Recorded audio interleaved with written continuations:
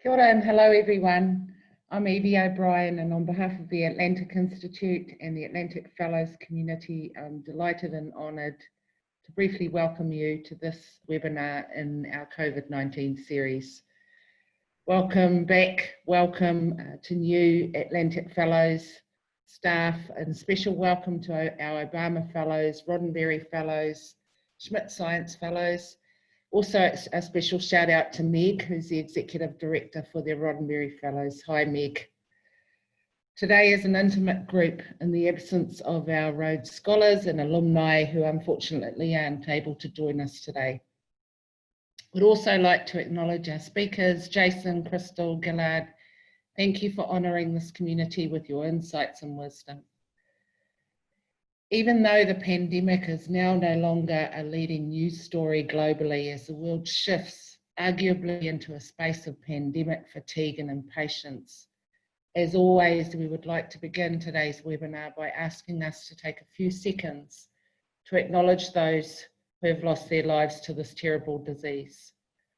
A disease that continues to ravage the most endangered communities, whose stories were often not amplified before this pandemic and sadly less amplified now. We remember those who have lost their lives before their time and those communities where an entire generation of elders' wisdom and knowledge has been seriously diminished. So if we could just take a few seconds now to remember them. Thank you, everyone. I'd now like to hand it over to our moderator, our curator, the holder of space, Tanya Charles, who is the Program and Impact Lead for the Atlantic Institute. Thank you, Tanya. Thank you so much, Evie, and thank you for that wonderful opening and welcome to the community and friends of our fellowship programs. Would like to start this webinar by saying, arrive with all of that you are, and really by setting up our participant norms for this event. We really want you to feel able to build connection. And so in order to do that, we ask that you keep your video on and your microphone off. But please do share your thoughts in the chat box throughout this webinar. We'd love to hear what you're thinking and what's resonating with you from whatever context or geography you are in currently. We also want to foster collaboration. So we invite you to be as present as you can, particularly in readiness for our breakout sessions, where we will have the pleasure and privilege of deep diving on this topic with each other and with the three speakers that are going to be joining us today. Finally, as you know, we are creating an archive. We want to share knowledge with those who can't be here. So we will be recording sections of this webinar, not the breakouts, but certainly the plenary and discussions, and doing this with an aim to widely sharing our thoughts on this topic. Here we really put a lot of emphasis on imagination. We put a lot of emphasis on invoking the new, and the new in this sense is the knowledge that exists within us, the knowledge that is ancestral, the knowledge that is historical, the knowledge that is her story. We bring all those histories and narratives and her stories into this space. So invite you to do that and to share exactly all of who you are in not only the breakout discussions, but as you reflect in the chat rooms. Thank you so much. We turn now just to remind you about the universal deaf sign for applause. So unfortunately, as you know, we can't clap hands and be as interactive as we would like to, but I'm guessing you're all quite well versed with webinars at this point. So to share your appreciation or your resonance, we use the deaf sign, universal deaf sign of applause. Let's see those hands go up. Just a practice run. Beautiful. So if you're hearing anything that makes sense for you or that resonates, you can clap your hands in that way. And again, just a call to use our hashtag New World Post COVID on social media if you're able to multitask and use the chat box as well as social media, Twitter or Facebook. And then again, to bring your perspectives into the room via the chat box. So as you know, the topic for today is on capitalism and its possible shifts post-COVID. No one can deny that COVID-19 has negatively impacted the global economy. Due to lockdowns and other restrictions, the world is undergoing significant shifts to the economy. And while this has led to significant job losses and economic recession in many countries, this period has also amplified long-stated calls to examine and even restructure our economy away from its capitalist orientation. Are we seeing signs of this call finally being heeded, or will it be business as usual, to the detriment of all forms of life? To help us unpack this, we are joined by three absolutely fantastic speakers who I've also had the privilege of hearing from previously, and I hope you have too, who all work on economic issues from many different vantage points. First up, we have Dr. Jason Hickle. He is an economic anthropologist, author, and fellow of the Royal Society of Arts. He's a visiting senior fellow at the International Inequalities Institute at the London School of Economics, and he's also a senior lecturer at Goldsmiths, University of London. He serves on the Statistical Advisory Panel for the UN Human Development Report 2020, Advisory Board of the Green New Deal for Europe, and on the Harvard Lancet Commission on Reparations and Redistributive Justice. Jason's research focuses on global inequality, political economy, post-development, and ecological economics, which are the subjects of his two most recent books, The Divide, A Brief Guide to Global Inequality and Its Solutions, and Less is More, How Degrowth Will Save the World, the one published in 2017 and the latest being a 2020 edition. Jason, it's such a privilege to hear from you. Handing over to you now to share your opening thoughts on the question of COVID and capitalism. Thank you so much. Thank you for the very kind introduction, and I'm really happy to be with you all. Right. I'm going to try something a little bit experimental here, an experimental argument I haven't really worked out yet, but I want to see where it goes. So because the title of the session is about the future of capitalism, I thought I would start with the somewhat bold claim that capitalism is primarily responsible at a deep structural level for causing the COVID-19 crisis. Now, before I explore this, let me specify what I mean by capitalism here. When people think about capitalism, normally they typically believe that it has to do with markets and trade and businesses and so on. But this isn't exactly an accurate representation of capitalism. Capitalism is, in fact, a system that's only about 500 years old, and markets and trade and businesses have been around for many hundreds of years prior to this. So what makes capitalism distinctive, particularly for our purposes here, is that it's organized and dependent on perpetual growth. It's the first and only economic system in human history that is intrinsically expansionary, okay? So if it doesn't grow, it collapses into crisis, which is what we're experiencing right now. So some have likened it to an airplane. So if you don't keep moving, keep flying through the air, you crash out of the sky. But in fact, this isn't quite accurate because growth isn't about movement at a steady state, like an airplane might do, but rather it's about acceleration, okay? So a more appropriate analogy would be an airplane that not only has to keep flying, but has to keep going faster and faster just to stay in the air, right? And you can imagine how scary this would become. So capitalism has to grow at a rate of about 3% per year. And that might seem like a small increment on the face of it, because we're used to thinking of growth in linear terms. But remember, this is a compounding exponential function, right? So 3% per year means doubling the size of the global economy every 23 years, and then doubling it again from its already doubled state, and again, and so on. So after a single human lifespan, the economy multiplies by a factor of 14. So if you were born in the year 2000, think of the size of the global economy in that year, all the production and consumption that was going on at that time, and then by the end of your life, the economy would have multiplied by a factor of 14, right? That's kind of what we're dealing with here. So what exactly is growing when we talk about growth? We normally think of it in terms of GDP, or gross domestic products, but GDP is very tightly coupled to both energy and material use. So the more the economy grows, the more resources and energy it devours. And this is why we're presently facing the reality of ecological breakdown, right? We're overshooting a number of critical planetary boundaries, and we're now in danger of hitting tipping points in sensitive Earth system processes. But when I say we, this isn't exactly accurate. In fact, the vast majority of overshoot is being caused by overconsumption in a relatively small handful of high-income nations in the global north. And just to illustrate this, I just want to share my screen briefly, if I can. So let's see here. Just to show you these images.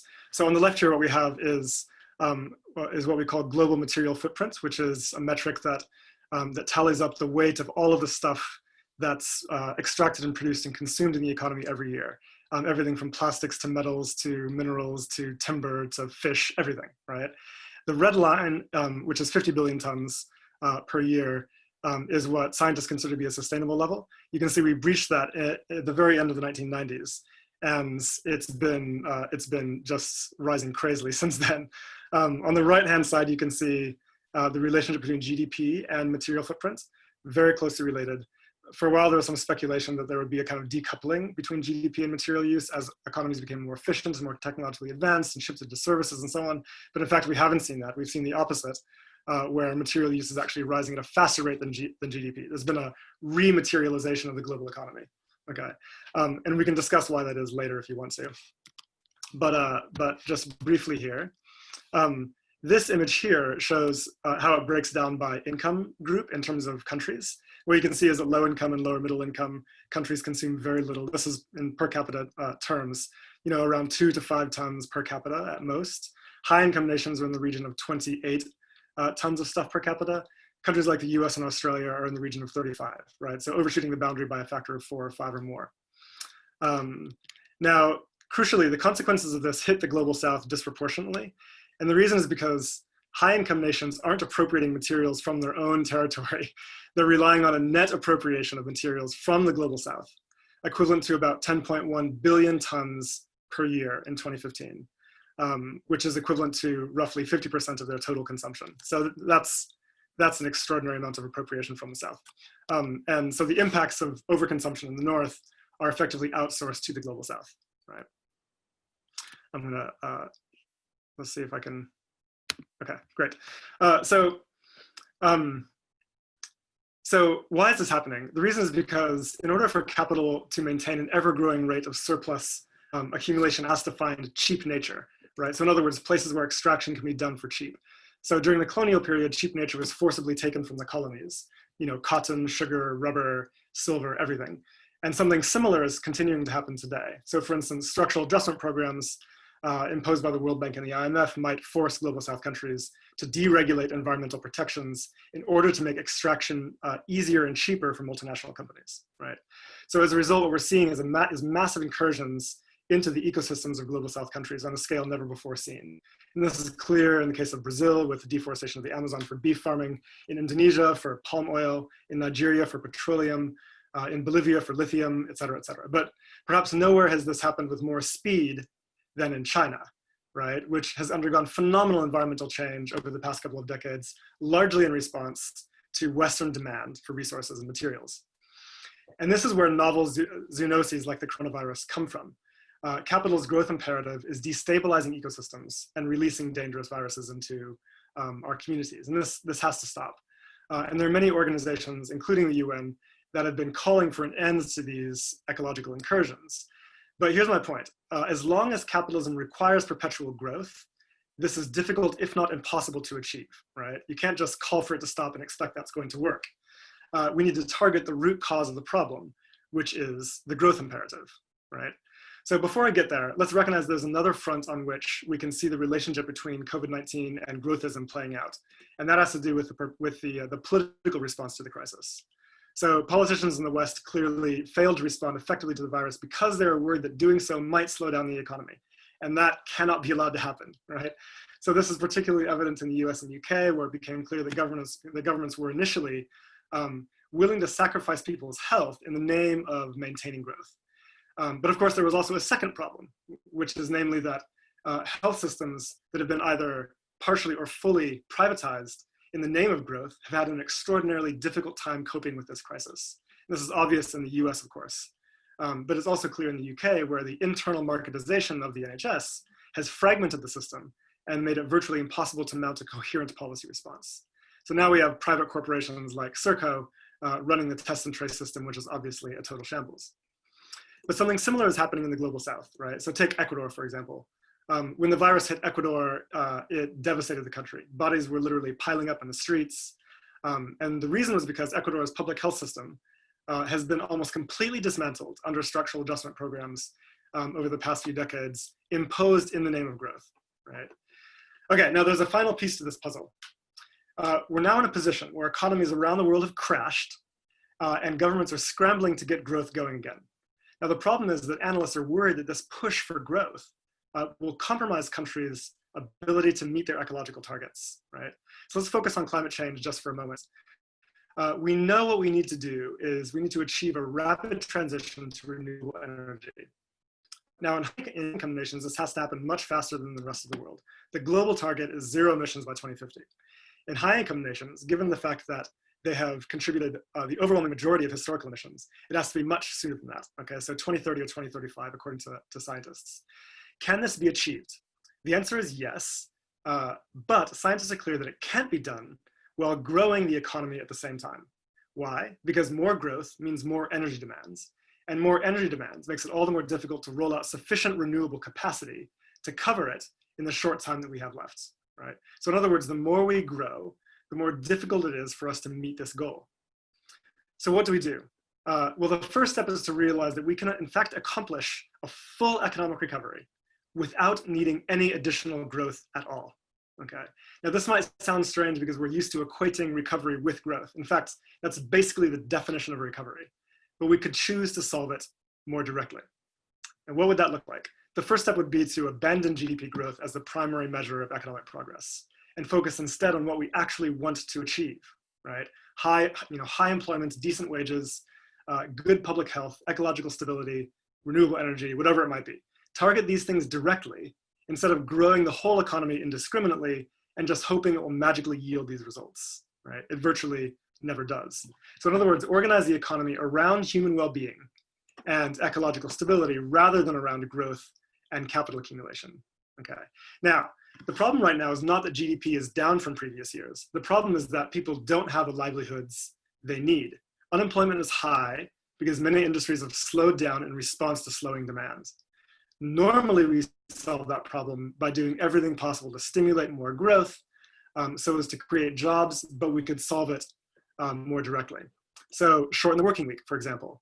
You could redistribute necessary labor this way without having to create jobs that people actually don't need to be doing. Over and over again, it's been shown that shortening the working week has a remarkable positive impact in terms of health, well-being, reductions in CO2 emissions, et cetera. You don't need more jobs. You need a better distribution of necessary labor. The third step is to introduce a public job guarantee with a living wage.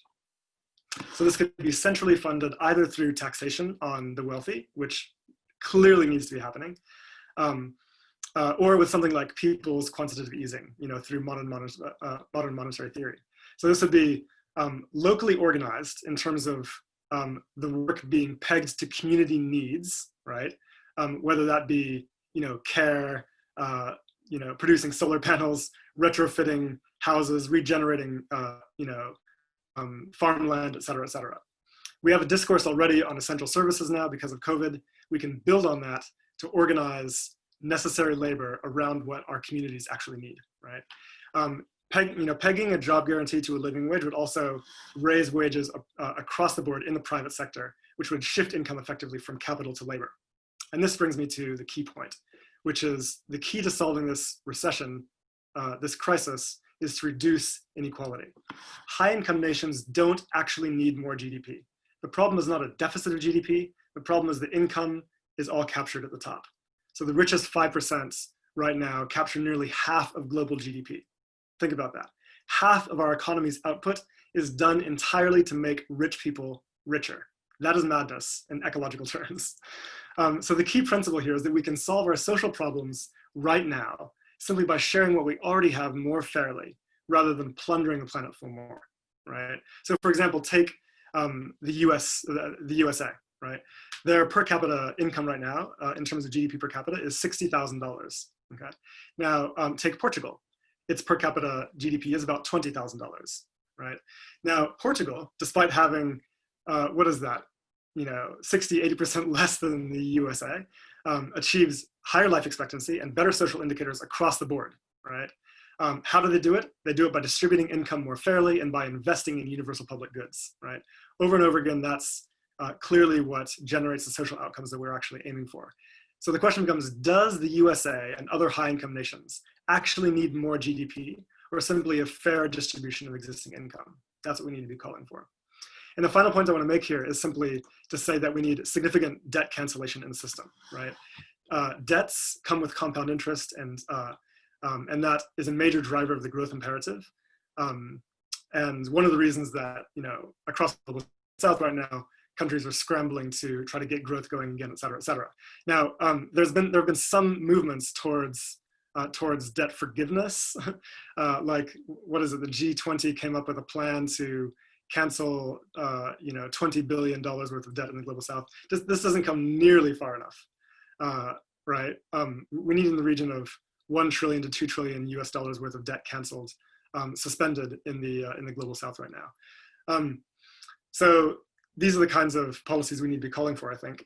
And ultimately, I guess I just want to conclude by saying, look, to the extent that we can shift global North countries away from growthism, this actually represents a process of decolonization in the global South. We know that growth imperatives in the North have driven colonization and colonial-like practices across the South for the past couple hundred years. And so shifting away from that imperative is crucial to sort of liberating the South from the pressures of overconsumption in the West. So I will leave it there and hand over to my colleagues. Thank you so much, Jason. That's a really provocative and quite comprehensive picture of how we got here and what we need to do to kind of overcome the imbalances that we have in our society as a result of a growth economy, a growth-based economy. That question of who needs to grow and who doesn't, and in what ways, is really quite central to understanding how we've arrived at the state of inequality that we are in, not only in terms of how COVID has accelerated that, but as we think to the future about vaccines, who's going to get them as well, when we think about access and money and wealth, and in whose hands wealth and privilege sit. At this point, it's my pleasure to welcome our next speaker, who is Dr. Gillard Isaacs, co-director and co-founder of the Institute for Economic Justice, an activist economics think tank located in Johannesburg, South Africa. He's also an economist at Wits University, where he coordinates the National Minimum Wage Research Initiative, and as well as where he lectures. Gillard has a PhD and a master's in economics from SOAS, University of London, and a master's in political economy from New York University. He has worked as a consultant for the United Nations International Labour Organization, the ILO, and Global Labour University. He has a background in civil society activism, working for the Treatment Action Campaign, and founding the Social Justice Coalition. His research expertise are in financialization, macroeconomics, and labor markets. Gillard and the IEJ have been leading voices in South Africa on COVID-19 economic policy responses, and I believe he's going to talk to that as we think deeply about the question of labor and work as it relates to capitalism. Welcome, Gillard. Over to you. Excellent. Thanks very much. And it's a privilege to speak with such eminent colleagues and a fantastic audience here. So thanks very much, Tanya. So the sort of introductions spoke about new economies, and indeed in South Africa, where I am, as in many other places, we've heard a significant rhetoric from our president and others about the utilization of COVID as a moment to build a new economy. And this, of course, reflects the international discourse. I want to disappoint a little bit, potentially not as optimistically inspiring as the previous speaker. And I'm actually going to speak a bit about the resilience of neoliberalism as a form of capitalism in South Africa, and why what we've seen in response to COVID-19 actually highlights the perpetuation of existing economic norms. I think this has relevance to other countries, some of which will be obvious, and hopefully a case study helps to unpack this. This resilience, I think, helps to explain where South Africa's at the moment.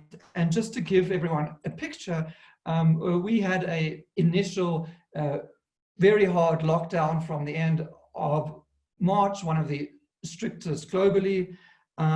Unfortunately, we failed to use that to prepare our health system adequately, as occurred elsewhere. And we failed to provide the necessary economic support to make a lockdown like that function. We are now number 5 in the list of the 5 highest rates of infection, the other 4 being areas with far larger populations. There's an interesting correlation actually between levels of inequality and of infection, if one looks anecdotally, and I think that is something worth unpacking going forward.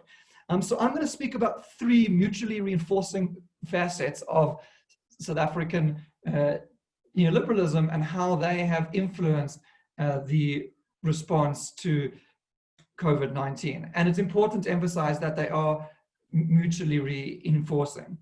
So the first is the implementation and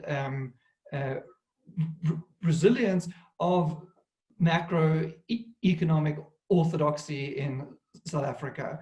For those unfamiliar, in a brushstroke, the African National Congress came into power first in a joint government, but in 1994, and originally held a social democratic type of outlook. In 1996 onwards, this was replaced by a standard Washington consensus neoliberal macroeconomic framework focused on stabilization, liberalization, inflation targeting, low debt levels, and relatively austere spending. Whilst there was a cyclical, a counter-cyclical expenditure after the 2008 financial crisis, what we've seen is from 2014-15, the acceleration of austerity, where non-interest government expenditure has grown at a slower rate than population growth, including falls in crucial expenditure in fields like health and education. What we've also seen is the beginning of this year, before COVID hit, the National Treasury announcing planned budget cuts over the medium term, which in net terms equated to about 46 billion rand, which is probably, off the top of my head, about £2.5 million ish, as well as the Treasury focusing very much on microeconomic reforms within the orthodox macroeconomic framework. So now, what does this have to do with COVID and with the government's response? Well, firstly, it took about a month of our severe lockdown before any meaningful rescue measures were announced. And this came only after severe pressure exerted over government. They announced a 500 billion rand package, divide that by about 20 to get pounds, and this seemed like it was going to match the type of interventions elsewhere, with the main 3 elements of wage support, business support, and increased social transfers. Unfortunately, this package has been systematically undermined by the austerity mindset within government. And this has meant that the net increase in spending has only been less than a tenth of the amount allocated. Because money's been used, which is reprioritized from other areas, or it's being in loan guarantees, not in actual spending terms. At the same time, there's been a really weak monetary policy response, both with regards to interest rates and quantitative easing. Now, this represents the entrenched power of the National Treasury and Reserve Bank as the guardians of neoliberalism in South Africa, and of the selective capacity which we see within the South African state. And that brings me on to the second point, which is state capacity, which has been acknowledged as a major problem by government, but which itself reflects the type of economic orthodoxies which I referred to earlier. Under the Washington consensus paradigm, what we saw in the 1990s was a deliberate trimming down of the state. And now we have that facing this extraordinary crisis. And we see this lack of capacity in the failure to roll out the aspects of the rescue package which were actually funded. So the increased social security, for which between 8 and 12 million people were eligible. At best estimates, about 4 million have received that, and we're not sure whether that's an aggregate figure which is counting the same people over numerous months, or if that's new people every time. It's about 4.4 million. In the same way, the various funds for agriculture, small businesses, tourism, all being undersubscribed, underfunded, and inaccessible. And this is not unrelated to the first points of the economic orthodoxies, because the type of austerity mindset which we've seen has led to a type of implementation which tries to prescribe and limit those eligible at every instance. So that it is stringent criteria, lengthy forms which small businesses don't understand, and so on. So this intersection between the macroeconomic orthodoxy and state capacity. I'm running out of time, so I'll just say that the third element is the corruption, or as it's known in South Africa as state capture, right? Where at the moment about 5 billion rand of tenders are under investigation. The UK thankfully does make us look not so bad with the PPE scandal, but whether it is beds for field hospitals or motorcycles for transporting medical supplies, we see a huge inflation of the costs. But this again is not unrelated to the two other elements, in that the lack of restructuring of the apartheid era economy, the maintenance of the existing power of capital in that economy, limited options of accumulation for a emerging black middle class, right? And so a parasitic reliance on the state was the natural outcome of an economic system which maintained a severe level of exclusion through its monopolistic, capital intensive, white-owned structure. And because the process of scaling down the state meant a significant amount of outsourcing. So we've seen that the COVID-19 moment has revealed and reinforced these three cardinal elements of neoliberalism in South Africa. Of course, there is, some hope. We've seen in particular various new intellectual debates, the authority of Treasury challenged, the prominence of conversations of care economies and their importance, and a whole range of other conversations. We've also seen some level of mobilization and coalitions being formed across different sections of society.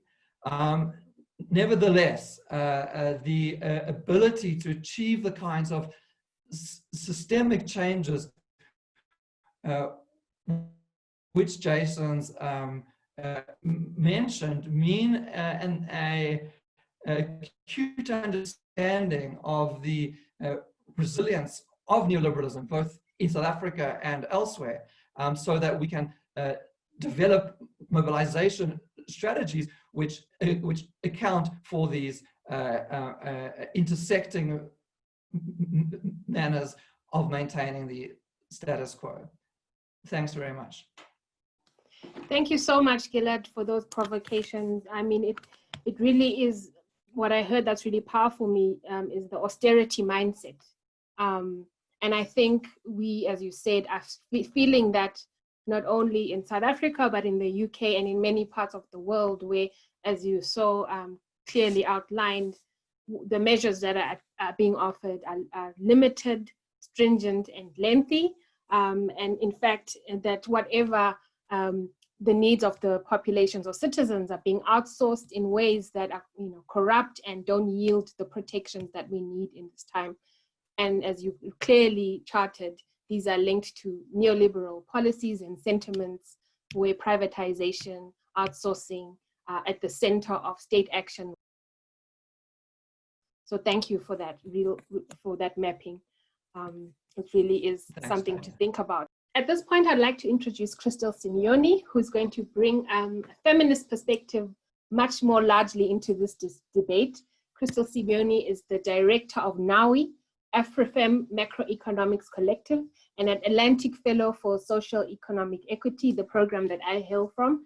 She has 10 years of experience working on macro level inequalities. Currently, she works on women's rights and macro level economic policy at regional and global policy spaces. So this means she's working to ensure governments and women's rights organizations understand economic, social, and political policies from a Pan-African perspective.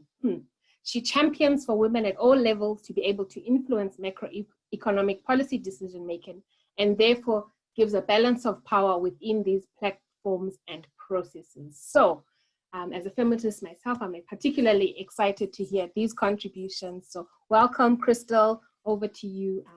Great, thank you so much, Tanya, for the kind words. And it's really great to be on this panel with some amazing speakers. It's really exciting, a little bit daunting, but really exciting at the same time. So you spoke about in my introduction, power, and that's something that I sort of obsess over. It keeps me up at night, but also wakes me up in the morning. And this whole COVID situation has really, says two things to me. One is really can't go back to normal because normal was the problem. But also alongside that, the more things change, and COVID has changed so many things, the more things really, really stay the same. And I think there's a song around that, and I can put up a link for it there just to remind you as you go around your days later on. So one of the real important things that I remember constantly is economics isn't specifically technical. Yes, there's numbers, there's statistics, there's all of that. But more importantly, it's political and really is a question about power. And that is really the heart of the conversations and why we live the lives that we live and see the inequalities that we see. So I think, in the way the way more things change the same, the way things change, the more they stay the same. finance and its central role, and capital and private finance specifically, is so central in the narrative and the way we organize our economies, our communities, our societies. And just a few weeks ago, Kenya, on the headlines of the Kenyan newspapers, was the Kenyan government calling out for bailouts for private schools, which is a very clear example of a Washington consensus moving to what a few scholars, Daniela Gabor included, are calling the Wall Street consensus, and the centrality of private finance and the financialization of our lives. And for Kenya, it's really hard to tell, and so for so many African countries, where exactly our governments begin and where the World Bank and the IMF stop. And we can see it in our ability to access private quality education, quality healthcare. I've recently been writing a paper on the health system in Kenya, and how our government has been using public-private finance models to resource leasing out of specialized medical equipment. And this has been the third highest budget line in our health systems, which means very important things like resourcing community healthcare, which has been proven to be such a central point of dealing with COVID, have come under such under-resourced mechanisms. And it really begins to show the underbelly of this beast that's neoliberalism and capitalism. And also we begin to see how governments are beginning to see the things that we've always been saying on this side of the dynamic. And so, for example, the Kenyan government has been given tax relief in these moments of COVID, and has reduced the pay-as-you-earn from 30% to 25%. And you really question, with a country where almost 70% of us are, in the informal sector without a formal payslip, who exactly is that supposed to be targeting, and what does it mean for people who have no jobs and livelihoods now and just simply can't afford basic food on the side of basic food, and to be able to keep alive, coupled with our governments trying to emulate what's happening in the rest of the world with lockdowns and varying models. So Kenya, for example, didn't have a complete lockdown. What we had was a curfew and a closing in of certain counties like Nairobi, because that's where the hotspots are. But it also means that in Nairobi, where there's an availability of jobs with COVID, it's extremely expensive to live here, and you're not able to leave Nairobi and go home to your rural area because there's the worry that you will take the virus home. And what does that mean for you, who's outside of the tax relief and the tax cuts, and you're not able to survive it? It really brings questions. And so we've seen such an increase in gender-based violence, and some argue that COVID exacerbated the numbers, but really it was an underlying systemic issue that constantly exists. And what COVID did was just really open up a screen to show what it was for its ugliness. And this also ties with systemic underfunding of gender departments, like in government. And so, speaking to people who work with the Gender Directorate in the government of Kenya, the questions of, well, there are all these meetings and committees and special sittings set up to respond to COVID and the crisis, but without a resource gender directorate, they just don't have the capacity and the manpower, the woman power actually, to be able to advise all these sittings and committees and new formulations of agencies that are in response to COVID. And what means that constantly across the board, as usual, the more things change, the more they stay the same. There just isn't any gender lens on any of these decisions that are being made that are supposed to be responding to COVID. So that's, the more things change, the more things stay the same. But at the same time, layer this with scandals of what, COVID has brought up, and Gilad spoke about corruption in South Africa. I think we're competing heavily with South Africa. We've had about $2 billion worth of resources and support to Kenya. A large percent of that has gone missing. Jack Ma had, donated PPEs and all sorts of medical equipment to us that has been stolen and been sold off. World Bank resources, some of which we're not sure in terms of, whether it came as a grant, whether it came as a loan, and if it did come as a loan, what were the conditionalities linked to it? And that vaguity around that is really interesting, because the people of Kenya should be at the central point of decision making for all these policies and plans. However, again, big business, the 1% both globally and the 1% in Kenya are the ones that take precedence over everything. globally, internationally, our debt to GDP is about 56% of our ordinary revenue. If you marry that over, corruption in the country in this COVID time, in fact, we're calling them COVIDpreneurs, it paints a very bleak picture for a majority of Kenyans who are trying to just live a life of dignity, really. But also bringing to the fore, Jason speaks about, slavery, sugar, in the times of, as we went into the Industrial Revolution. And again, something must subsidize the current global economic system. And most of the time, a lot of that is the global south, but also women's bodies. And so essential services and essential work and care work really is brought to the fore.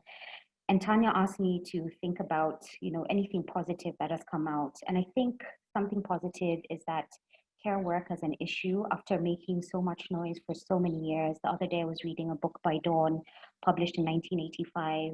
And here I am doing all this advocacy work in 2020, and it's exactly the same things that Geeta Sen and Jayati Ghosh 35 years ago had been writing. And I must say, I think they must be completely bored with the current state of affairs. But we constantly have to keep fighting. And so both paid and unpaid care work have come into the limelight again. And so I think as a shining, a glimmering silver line around COVID, that might be something that we look to, but then again, how much of it is actually making a progressive impact. And so when Kenya, for example, has declared, because they don't have enough resources, not enough beds, and they've come up with a home-based care policy for patients of COVID. But questions around, are people remunerated? Are people recognized? Who's doing the actual work of taking care of these sick people, again, continue to go unrecognized. But it's also interesting that the world and the narrative is slowly but surely shifting. And whereas before there was, an obsession with tax planners and bankers and all these people in the financial sector that were seen as so important to our economies, suddenly essential workers and the people who really are the backbone of our economies, our societies, our communities are, frontline workers, they're nurses, they're mothers, they're supermarket workers and attendants. It's those people that are really at the heart and the core of our communities, our societies, and definitely our economies. And hopefully we can continue to push this narrative and make sure that they're seen for what they do and remunerated and are able to live lives of dignity. And so we, another glimmer of hope was in the beginning when the global supply chains were so disrupted. Kenya began to make our own PPEs and masks. And I, for example, was, I started to be excited, like for all these years, suddenly we're able to do things that so over and over we've been told we're not able to do. But here we are producing our own masks until, you take it apart, and the devil is always in the details. The PPEs and the masks, all the raw materials, all the inputs to make them were all imported. And so at the end of the day, the cost to consumers was pretty much the same as imported PPE kits and masks. But further to that, if you really look at the owners of production and you look at the beneficial owners of these contracts, again, it's a 1% of the Kenyan elite. Women, for example, were nowhere in that list of production companies. And again, it questions, the inequalities of who gets to produce, who has access to the means of production, and the powers that come into play around those conversations. And so it goes back to, Jason's conversation about our obsession with growth and Africa having this narrative of Africa is rising, and this whole intrigue about Africa and why we're not dying and what's happening with us. And suddenly we're a source of so many questions and curiosity around it, but also a source of private finance and, the next frontier in terms of with COVID, what business opportunities can arise on the continent. And this obsession with growth, but we question growth for who, when a majority of my people their lives don't change. Access to quality healthcare, access to quality education for everybody universally doesn't seem to be progressing in any way positive. And so, those questions really at the heart of what this growth is for and who it's for. but also in the ways that we've been responding. And it's brought about, the pandemic has brought about new ways of coming together, new ways of responding. So on the continent, there's been a group of African feminists, some economists, some not economists, but really interested and invested in a post-COVID economic response. The African Union set aside, announced a group of special envoys. And this group of African feminists, myself included, the names of the likes of Nancy Kachingwe, Lebohang Leopolo, Fatima Kelleher, a group of amazing thought leaders, African strong voices in the feminist space, came together to write a letter to them. And again, in terms of a global governance space, with the African Union that is funded, almost 70% of their funding external from a majority of the European Union, and again, questioning whose agenda the African Union is really pushing, we couldn't find the terms of reference of these special envoys. We know that they attracted about $2 billion in investment into the post-COVID recovery program. How that money was structured, we have no idea. Who that money was going to, we have no idea. And beginning to question that and being able to reach the special envoys as African citizens was proving so hard. And we question how African can have a unified voice and stand up to global governance systems that are so skewed against us, begins to, some serious questions arise in there when we're so entangled and so many strings attached to our economic governance systems, even when they are supposedly ours, is central. But I will stop at saying something that I think is central to this whole COVID crisis and the way we live our lives. And I keep saying I didn't get a chance to say goodbye to the world that was. It will probably never come back. I don't think there is a post-COVID world that we're going to go into. I think things have dramatically changed. But at the same time, as they have changed, we're at a crux in history where we can decide which way we decide to go. Do we decide to do things more of the same, just in a different configuration of how we do this? Or do we decide to say, listen, burn it all down. It didn't work. And we really need to dramatically change the way we operate. But something for me, on a very personal level, is that the world didn't quite fall apart just because we're not killing ourselves with production. We're all working from home. We're not consuming as much. We have a lot more rest. And I think rest as a political question is very central to our lives and what that means. And so I'll stop there, but I even right now, I'm taking this call from somewhere near Mount Kenya, which is 2 hours away from Nairobi. And I'm able to do that and still be productive. And I think questions around how we organize ourselves, our lives, what it means to be continuously productive and continuously on this treadmill of life and continuously producing and questioning who we're producing for, I think is central to questions around COVID and how we move forward with this. So thank you very much. And I will pass on to Tanya.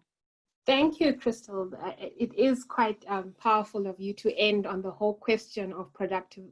What does it mean to be productive, which is a central feminist question and feminist preoccupation, and how capitalism forces us to have value based on what we produce. And it's links to care work, as you highlighted, in the ways in which invisible care work, the unseen, has actually been what has kept a lot of us going. The care of our mothers, our mothers, women in nursing and other care industries that have been brought to the fore because of COVID, and really what kinds of work is valuable. And so when we have these discussions around labor and guaranteeing work and guaranteeing jobs, as Jason mentioned, whose labor are we really talking about, and what forms of labor and work?